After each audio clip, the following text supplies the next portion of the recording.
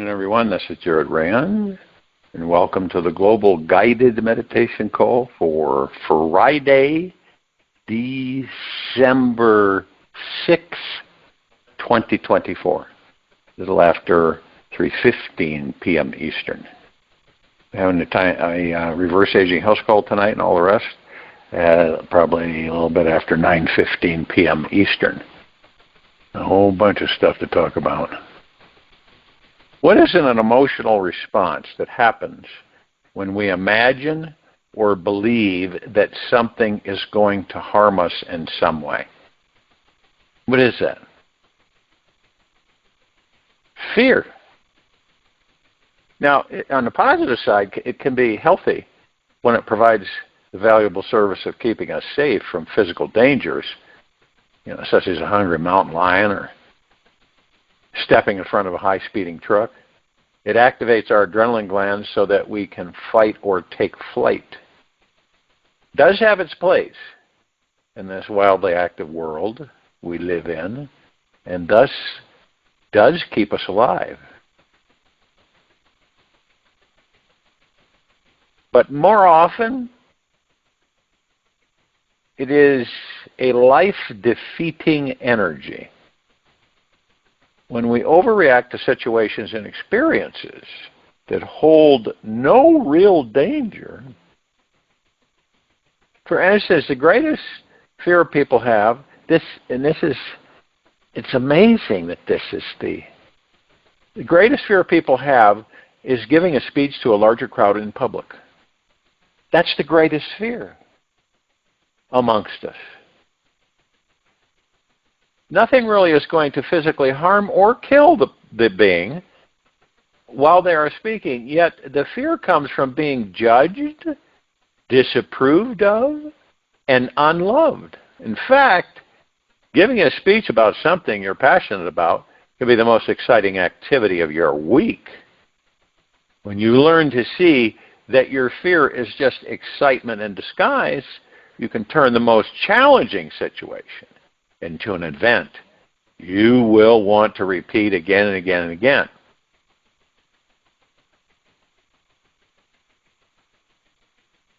This is, fear is based on an overactive imagination. Now, that's through the ego mind, say. That's where it's coming from. For instance, you ever been home alone at night, right? And begin to strain your ears for strange noises, and imagine something hideous was lurking behind the curtains.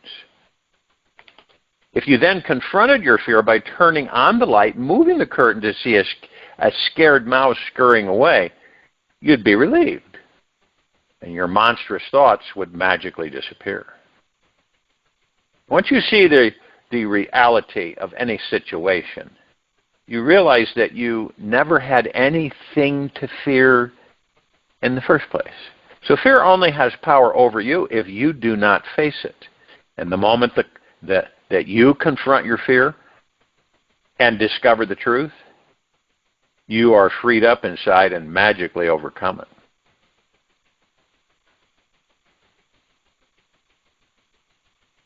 Because really, I guess, in some instances, it does protect us in some ways, but not a lot. So you simply realize the truth of who you are. See, it always goes back to that. Look deep down inside yourself and see that you are an infinite being, a soul who can never die or be hurt by anything of this world. Realize you have been around for an eternity and will continue for eternity. There is nothing that can truly harm you, nor change this divine truth about what you really are. Conquer all your fears in your life. All it takes is realizing this truth and living it. Most people run from that. They run from their fears. When you face your fears with this knowledge inside, there is nothing that you can possibly be afraid of. What you do is you just let it come in. Every time, you just let it come in. See, we're all here. We're all here to let go of everything, find our real connection to the divine again.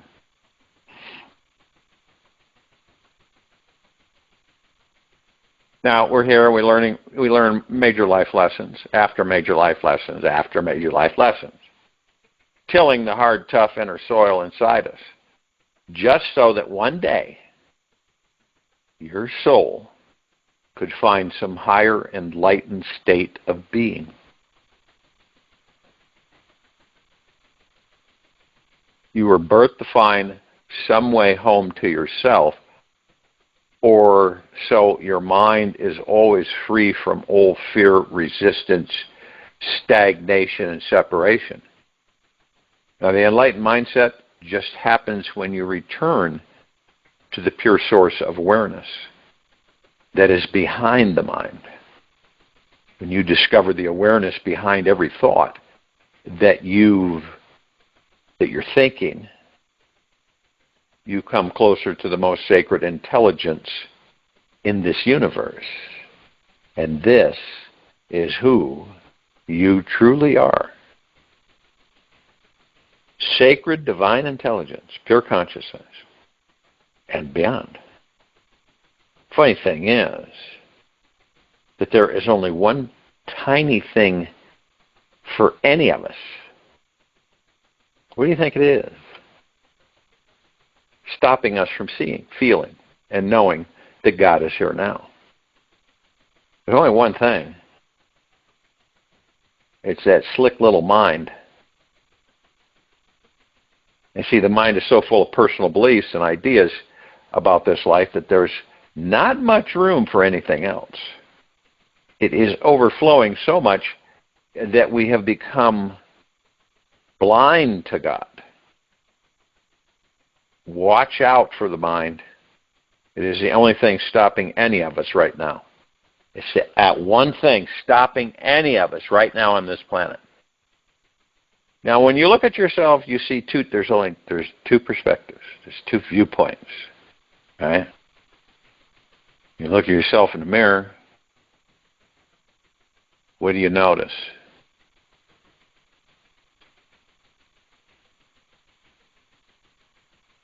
So you're in front of the mirror, you look non-judgmentally into the mirror and just notice, what do you see?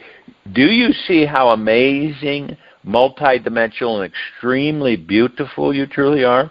Or do you see all of your flaws and shortcomings? Now, at this point, if we don't set our mind aside, we can only see and hear what it thinks is good and bad. How do you set the mind aside? You go into the now. There isn't any other way. You're not avoiding the mind. You're going into the now because you know that the mind, the ego mind, does not reside there. It isn't there. This is how we leave the mind alone. And the ego is attached to the mind. And we don't do that. See, and most of us don't. We can only see and hear what it thinks is good and bad. And it can be extremely judgmental. And this is pure entertainment for the ego. We hate being bored, so we cling to all sorts of opinions about right and wrong. And as long as you are over-identified with and attached to opinions of good and bad, you cannot spiritually awaken. Just remember that all of life is a grand play. And the nature of the mind is to create contrasts and comparisons. The mind doesn't like the gray middle path. When the mind is too empty, it seeks something juicy to fill it. So you recognize that. And you say, let go of filling up the mind. Find the spiritual being that you are. This is in silence, in stillness, within. This is what we do every day in these meditations. We find a comfortable place. We make sure we have no outside distractions. And we relax into our bodies. We're as still as a statue. And we focus on our breath, rising and falling. That's it. When we do that, the mind is left behind. It doesn't interact. It doesn't do anything. All of our mind chatter, all of our stresses, worries, fears, anxieties through the ego mind aren't there. See, and then the now is the middle. It's the middle path. It's the edge of the coin. It's the third side of the coin. And see, the mind doesn't like that. Doesn't. And it's always got to be filling itself with something. And see, when we leave it alone and we go into silence and stillness within, interestingly, the heart is not judgmental at all. Okay? Not at all. Not judgmental at all. So all this patterning and everything that we do we do it knowingly? I don't believe so. Do we know that the ego mind we're the slave to the ego mind? I don't believe we do.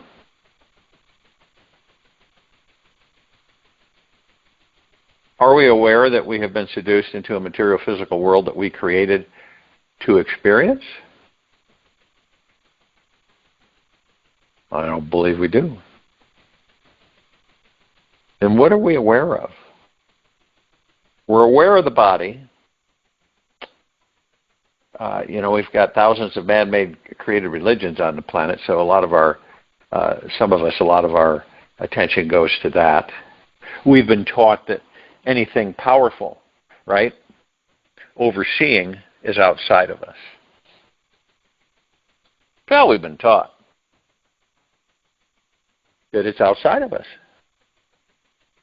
You can't really refute that because you just look around as an observer, you see it every day on this planet.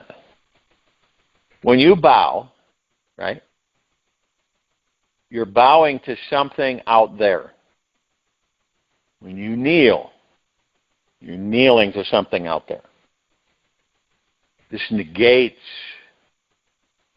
our true direction of going within and finding the God that we are, the pure consciousness, the divine expression. So most of us go along in this life being ruled by the ego mind and in a hurry. Being ruled by the ego mind and in a hurry. Now, are we really aware of this? No, we're not. You were to walk up with anybody who had a deep belief in their religion, you said to them that they were the God. They were the pure consciousness. That if they wanted to pray, pray to themselves. That if they wanted to worship, worship themselves. I don't mean that from an ego-mind perspective. I mean it by heart-mindedness. Meditation is very high-form prayer. So, you get a lot of people that pray, right? Where do they go? Well, a lot of times it can be anywhere, but a lot of people pray in church.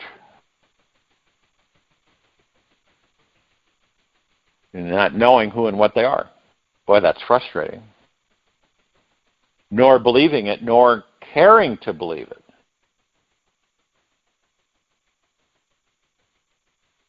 It's like our transition on this planet right now. Some of us are going to go into New Earth. So we're heading. Vibrational frequencies, becoming more and more aware of who and what we are, spending more time within ourselves, practice being at peace genuinely. This is how we begin to master the ego mind. And eventually the ego mind takes a back seat. And then once it realizes it has truly found peace, it's no longer needed.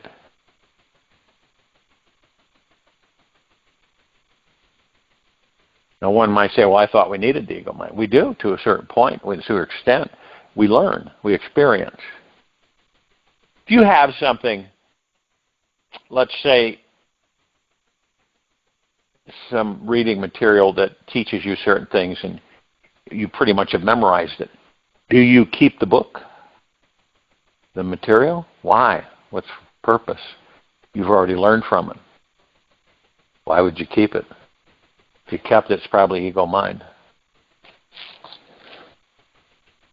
So we experience all the time. We create our experiences all the time. And most of the time we don't know we are. We don't know we're doing this. A lot of confusion.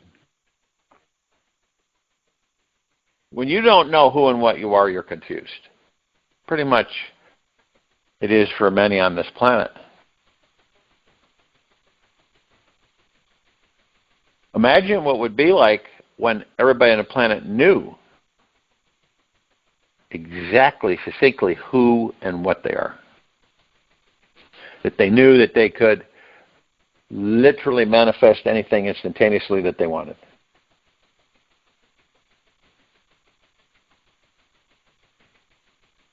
So we, like I've said, some of us have decided to reprogram ourselves. Because we know that just about everything that we've been taught is untrue. Just about everything. Just about everything you've been told. Is it, whose fault is it? Nobody's. We've been generation after generation after generation. Mom and dad passed down what they learned from their mom and dad, so on and so forth. Long line. And we learn, experience pretty much the same things. And then we add some things of our own through our own life experience. But have you ever thought, your parents and your mom or your dad tells you this, you know something. When you get to be my age, you're going to really appreciate what I'm telling you. Right? And you go, okay, sure. Old people don't know anything when you're young. They're pretty much on the buy side. They don't know anything. We, as young, we know everything, right? So as time goes by, and we experience something and say, you know something? Dad was right. Mom was right. This is exactly what I'm experiencing. Because it's repetitive. And it's been handed down generation after generation. So we repeat it. If you were to, go into the past and view things just from the perspective of observing, you would see instances very similar to the one we're experiencing right now. You would. You go, wow, this is really strange. This is very similar to what we're experiencing in this now moment. Why is that? Because we're all taught the same things over and over again. We don't break out of that barrier. That's a barrier. We don't break out of it. That's lifetime after lifetime. It's pretty much the same stuff. And like I said, we pick up some additional things on our own in life. But the core basics, this is why we repeat things. And it's very familiar. It's like, oh no, not again. And we've all been motivated in certain ways to stay in the box. Period. So how do you flourish and grow? You don't. You dissipate. When you stay in that box, you begin to dissipate. And you don't learn much. Learn some things, but nothing like what you would be learning outside the box. And we've all been in the box. None of us are exempt from it. We've all been in the box. And there's a lot of people in this country alone that are in the box. They're in the box. This is why when you, with your awareness, okay, and you have conversation with somebody, then you don't have to know them, and you say something, right, just to kind of test them, and they roll their eyes at you. And you automatically know, which is a good thing. You go, oh, we're not going to go there with that. We're not going to discuss that. This one is bicameral. And this is how we learn from the population, civilization, species. Who is and who isn't. And now, okay, the majority of the population of this planet is in the box. All you got to do is watch, and it will absolutely confirm that the majority of people on this planet are in a box. They're in the box. And they don't, at this time, they don't care to leave the box.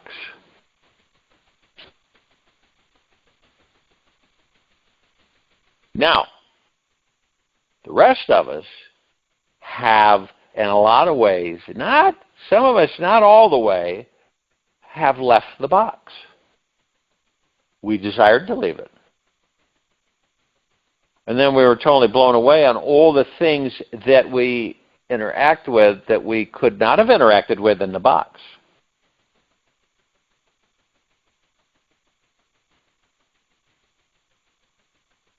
And I get the question all the time, well, what are those people going to do? They'll just keep incarnating until they get it. That's it. Will any of them, will they be able to go into New Earth? No, they won't. Figure this out. If you have low vibrational frequency on the average most of the time, okay? Now, this doesn't mean that you know that, but the things you say, the things you think about, how you interact and interface, right? How you respond, identifies the frequency variances that you're at. Are you happy? And see, these are questions that we choose to ask ourselves without being hard, disrespectful, and angry of ourselves. This is where we ask these true questions.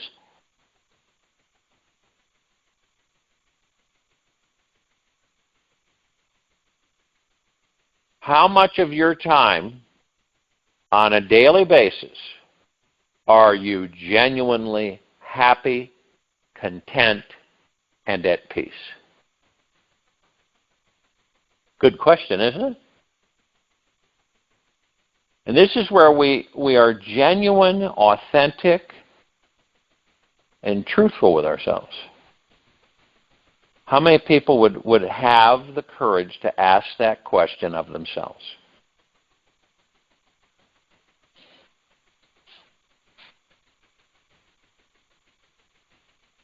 When you're in the quiet time of this meditation today, and you have found a comfortable position for your body, you don't have any outside interference, you are relaxing into your body, and you're focused on your breath raising and falling.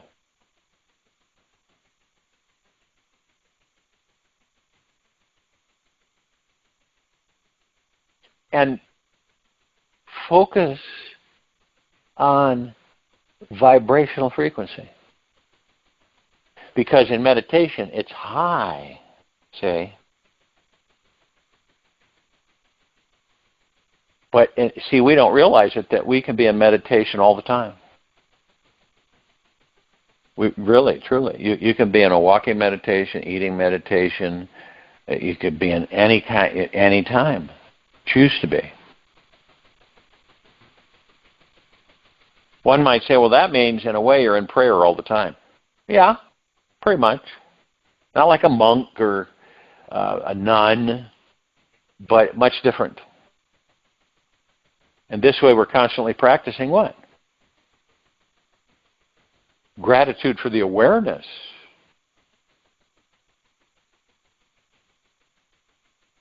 Grateful that we've been able to discover this.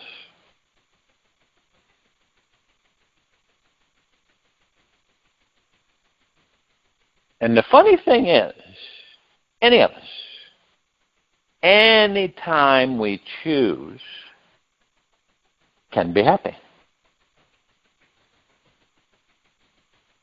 Not only happy, but blissful, joyous. And one might say, well, how the heck, there's no way you can do that. Right? They sit there and say, there's no way you can do this. Why is that? Well, it's not possible. You got to go out there to find happiness and bliss and joy and peace. When all along, see, we've been taught wrong. We've been taught in the opposite direction from childhood all the way to now.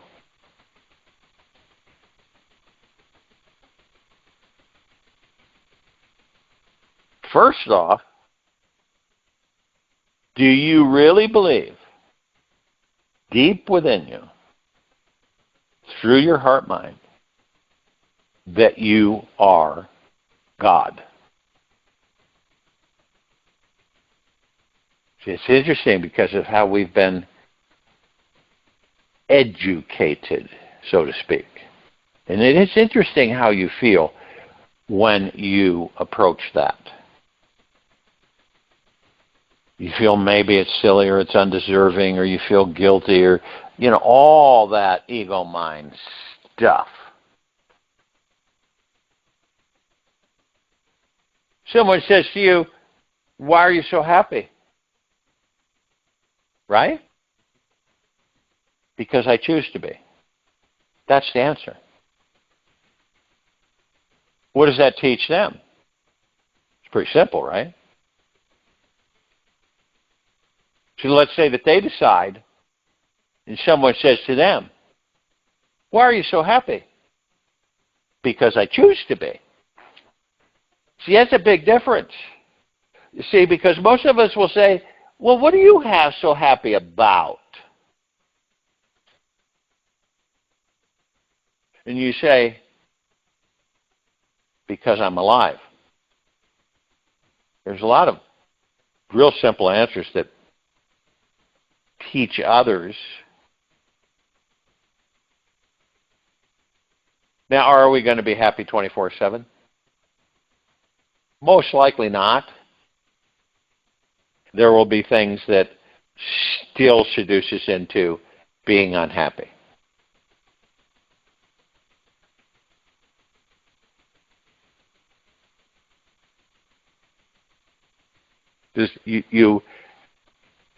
Where your attention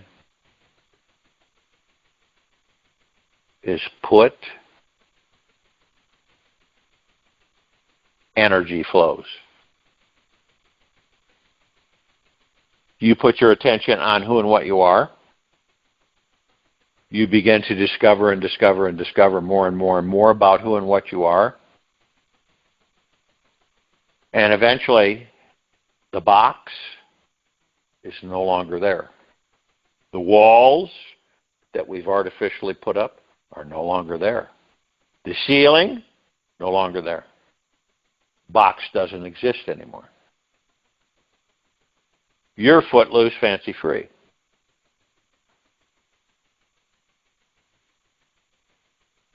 But then you look around and you see these other boxes and you see, oh my goodness, there's a lot of people in those boxes. It's about the best way to describe it on this planet. Wherever you go, you see different kinds of boxes, right? So you might go up and knock and say, hey, come on out of there. And everybody in the box doesn't answer because they feel safe and secure in the box. Who guided them to the box? The ego mind. I mean, you begin to really comprehend that everything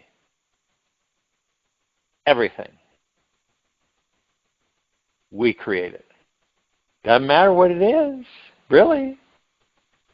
Doesn't matter if you get in an argument with yourself and say, why the heck would I create that?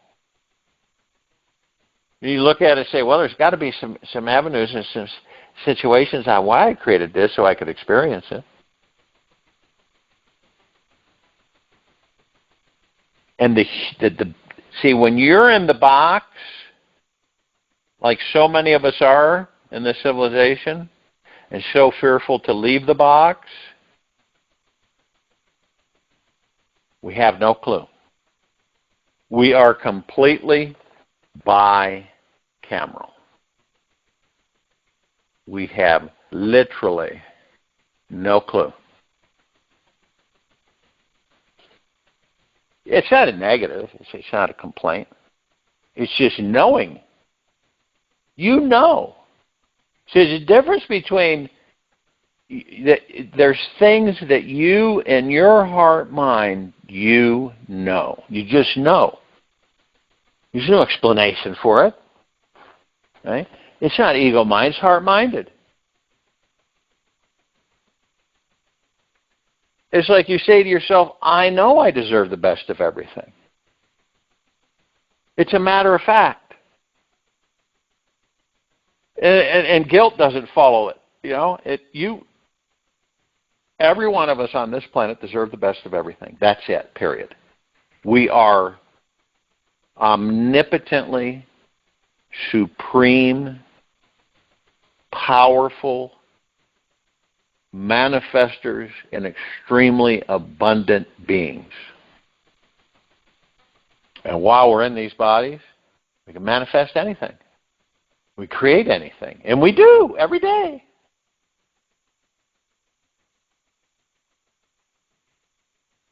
And like someone say, well, then how come their life isn't the way they want it? This is because you allow the mind to stop you. You must leave the mind alone as much as you can. Automatically move yourself into the now 24/7. You're in the now. Someone might say to you, I've had this happen so many times. What are you planning? Right? What are you planning for the next, couple months or years? What's your plans? What have you laid out? And my answer is that I don't have plans. I practice living in the now, moment to moment. That's all we will ever have, period. Living in the now, moment to moment, being in deep gratitude, loving ourselves deeply and eternally, being gentle, kind, generous, and humble with ourselves at all times. And there are times where we will come down on ourselves. But your awareness will stop that through the heart mind and say, there's no reason for me to expend that energy on me as a negative. That's crazy. I am an omnipotently powerful supreme being that never dies. I can manifest anything I choose. Anything I want. Why would I expend that kind of low frequency and come down on myself? I'm not. No way, Jose. No more. Love myself. Forgive myself. Yes.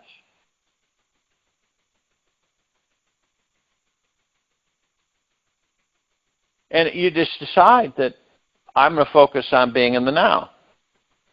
And I know there's no worry or stress or fear and anxiety because I'm not in yesterday or tomorrow. It's a great feeling. It's a light feeling. Now, it doesn't mean that we will slip in, on occasion, into the worry, stress, fear, and anxiety. But the crucial point here is that we're aware of it. See, most of the people on this planet are not aware of that. But we're aware of it. We're aware of it to the extent where we can say, wait a minute. I'm not going there. Because you already know what it's about. And you're not judging. You're just saying, I'm not going there.